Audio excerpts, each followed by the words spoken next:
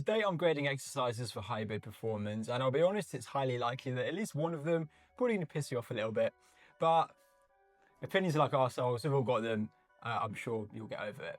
Now, first of all, I should probably define what I mean by hybrid performance, because I know hybrid's a bit of a buzzword at the moment, and the whole hybrid athlete thing, when it's overused, is a bit cringe, let's be honest. But all I'm talking about here is people who partake in two different modalities, or more, I suppose, two different modalities of fitness. So, for example, that could be someone who competes in a Hyrox or DecaFit, Deadly does in hybrid games, any of those. It could be someone who does running and they do strength training to top their running, or vice versa. And it could be someone in cycling, anything like that. There's so many different combinations here.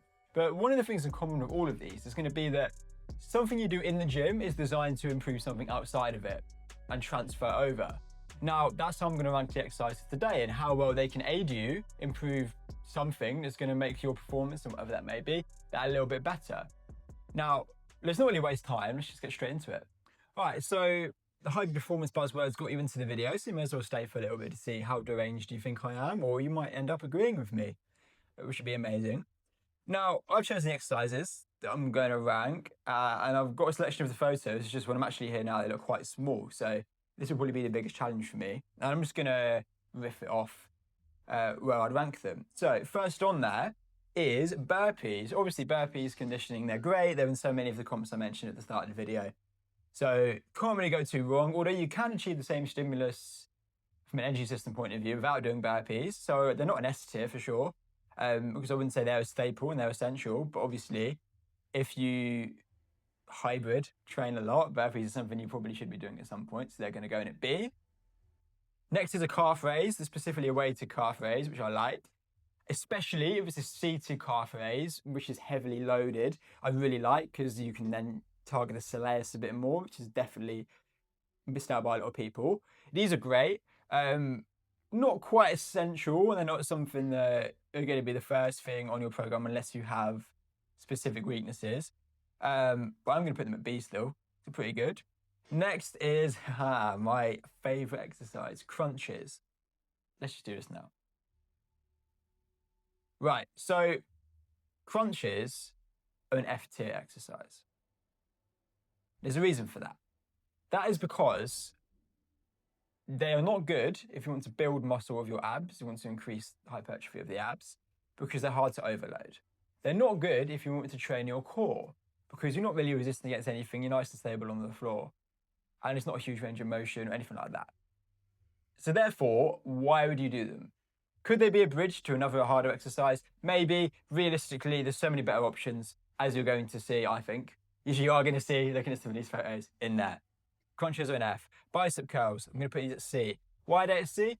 Because they might not seem functional, but this whole argument about exercises being, there's not a functional exercise. It can be functional for anyone. Like, if someone has elbow problems and they need to strengthen it around there, bicep curls are going to be good because they need to.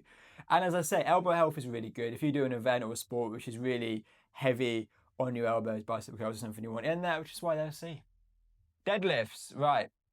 Straight bar deadlift specifically, I don't think I can see trap bar in there, but I will caveat a little bit here. Now, deadlifts can't really go too wrong. They are going to be an A tier. They just have to be an A tier because we all know why you should deadlift, the amount of muscle groups they target, posterior chain is so important. Here's the caveat. I prefer trap bar deadlifts over straight bar deadlifts unless you compete in a sport which requires you to use straight bar, like powerlifting or maybe some CrossFit events. The reason for that is that we can just open up the chest a little bit more. We're probably going to start in a slightly higher position on the floor so we can lift more weight, it's safer, and it's easier to grasp from a technique point of view. And those three things I think are a really good match, and it can get people deadlifting who maybe wouldn't have deadlifted in the past for worries of the lower back. Because a lot of problems with the lower back from a straight bar deadlift will be when your hips will lift off before you actually move the bar because you haven't quite got the strength to generate the leg drive to actually lift that bar initially, or you haven't braced or tightened the upper body, whatever, okay? So deadlifts A tier, trap bar, slightly preferred. Next, these are heavy back squats on here, I think. We'll call heavy squats in general, back squat, front squat, Zercher, whatever. Definitely S tier. Because we all, again, like the deadlift, this isn't the one that's going to be contentious. The amount of muscle groups we can recruit, the load we can use, the ability to perform them relatively safely as well, and the transfer you're going to get over when it comes from obviously a max strength point of view, force development, that sort of thing. It's just so good, okay? Everyone needs to be squatting in some capacity. It doesn't have to be a barbell. It can be a goblet squat even. If it's still heavy, still get squats in to the best of your ability, as deep as you can comfortably do, and try and make sure you get to a point where you can squat nice and deep. Next that is rowing. So rowing, I have grouped with all the ergs. So this is erg machines in general, your ski, your row, your bike. Obviously great, okay?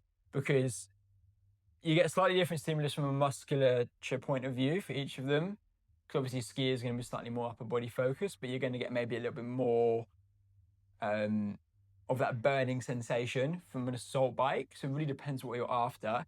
But as a group, ergs are just so good for conditioning because people can have favorites. You can do them. It can transfer over. There are so many comps. They're great. You can even train speed on them. You can do short intervals of long rests. You can do long intervals of short rests. You can train pretty much any stimulus you want. So ergs have got to be great. And I feel like I've just talked them into S, right? S. Really? Fine. They're going to be S here. If you disagree, you're more than welcome to. That's fine. Next, there's a farmer's carry there. I'm calling this loaded carries, whether that's farmer's carry, front rack carry, xertia, overhead, whatever, okay? They're so good, and these are better for your core than crunches are, okay? Because of the position you have to hold in order to not either lean forwards, lean to the side too much. If you offload these, so I have a kettlebell on one hand, they can be great as well. They're so versatile, they're low technique, just excellent.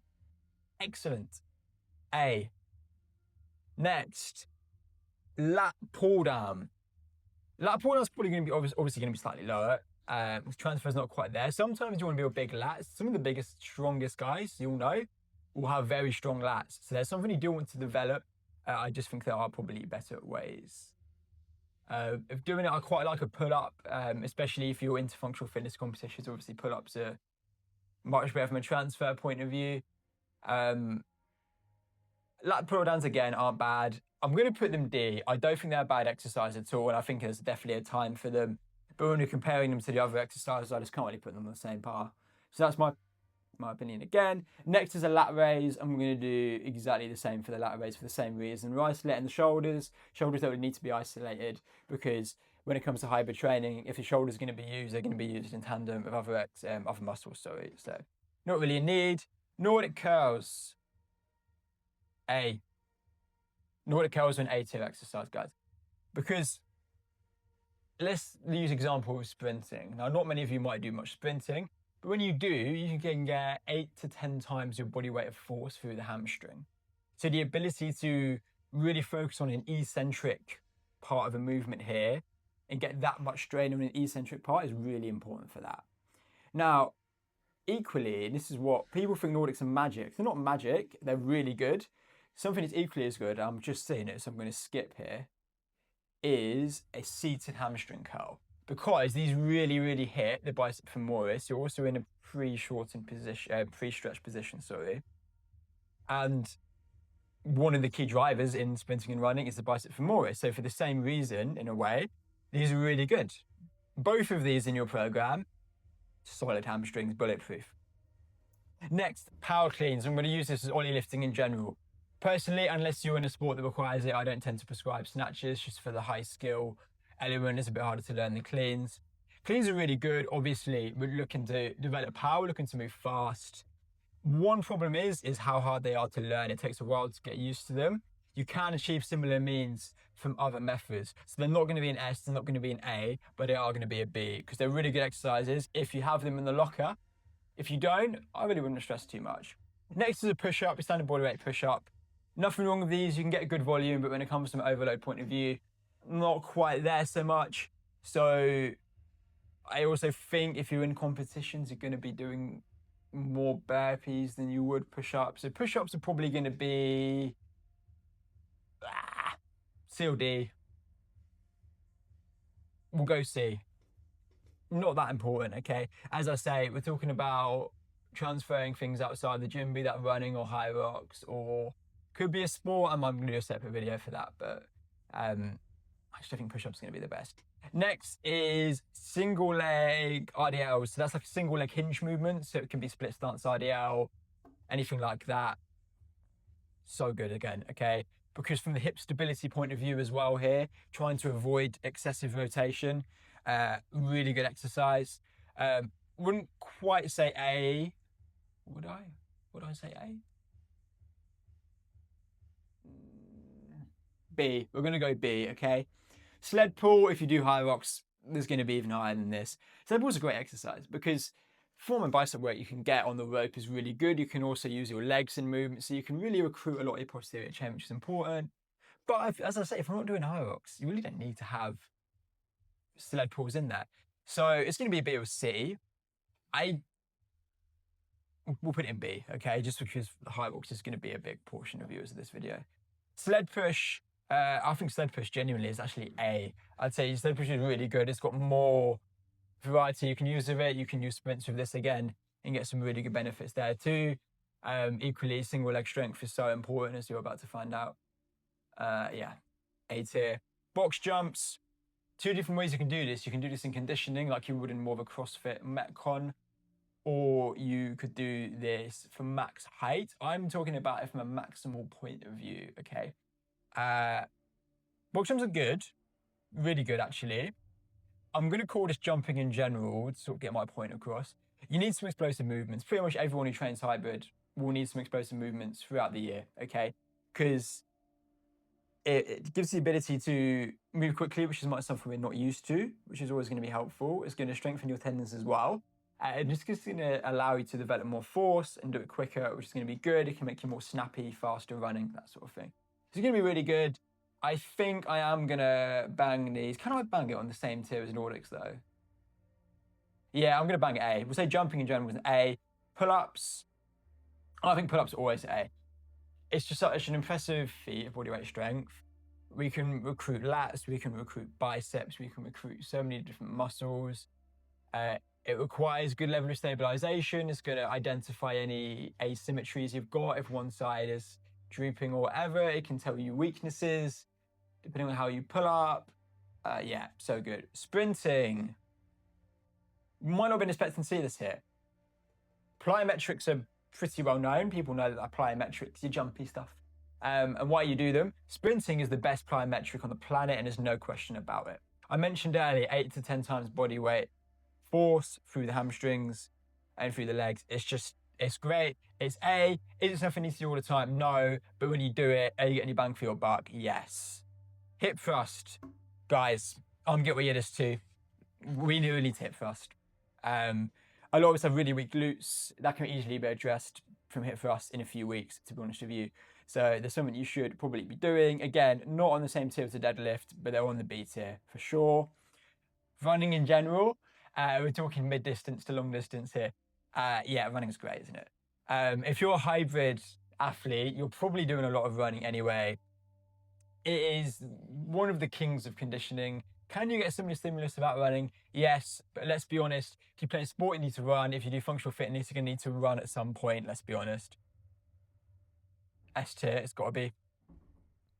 Lunges, single leg strength lunges, great again. Non-negotiable, A tier. Regardless of goal, whether it's hybrid or not, everyone needs single leg strength. If you can't do lunges because of balance, try step ups. If you can't do step ups, try single leg press. What we got next? Bench press. Some people think this isn't functional. It can be really good. I always say the broadest base has the highest peak. A broad base you can get from upper body strength from a bench press is really important. Not a deadlift here, but a B. What have we got here? The leg extension. Might not think I'm going to rate this overly highly. I'm going to put it in C, and the reason is, if you do this in a specific way, it can be really good.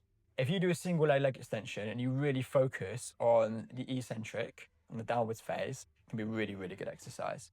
This is a Smith machine next. And if you're on the Smith machine, I'll be honest, I'm going to put in a D tier, and this goes to any exercise on the Smith machine. For what we're training for, it's a little bit better if we have free weights and the ability to control them, because that's all going to give us much better transfer. Smith machine can be good when you're looking to really find a specific muscle, you struggle with balance. I'd never squat on a Smith machine, I just hate it. In terms personally, again, Personal preference, that's where it is. If this was bodybuilding, would it be different? Yeah, but it's not, so it isn't. Bosu ball squats. Bosu ball squats have fair intentions, we'll say. They just don't do anything, okay? When we're doing a squat movement pattern, we want the ability to load it, we want stability. If we want to create instability for a movement to challenge our core, we're not going to do it by squatting. We're going to be doing it via different means. Now, it should, just don't do it. It's one of those things you might have seen celebrity trainers do it. Don't do it. Can a Bosu ball have use? Yeah. Is it for squats? No.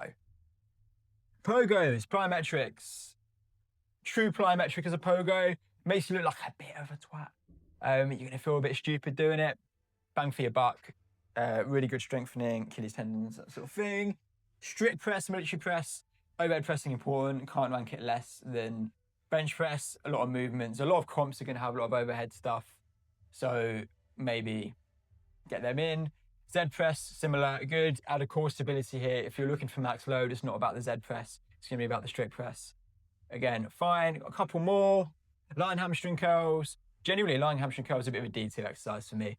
Seated hamstring curls are so much better because for the reasons I mentioned before, again, the bicep femoris more.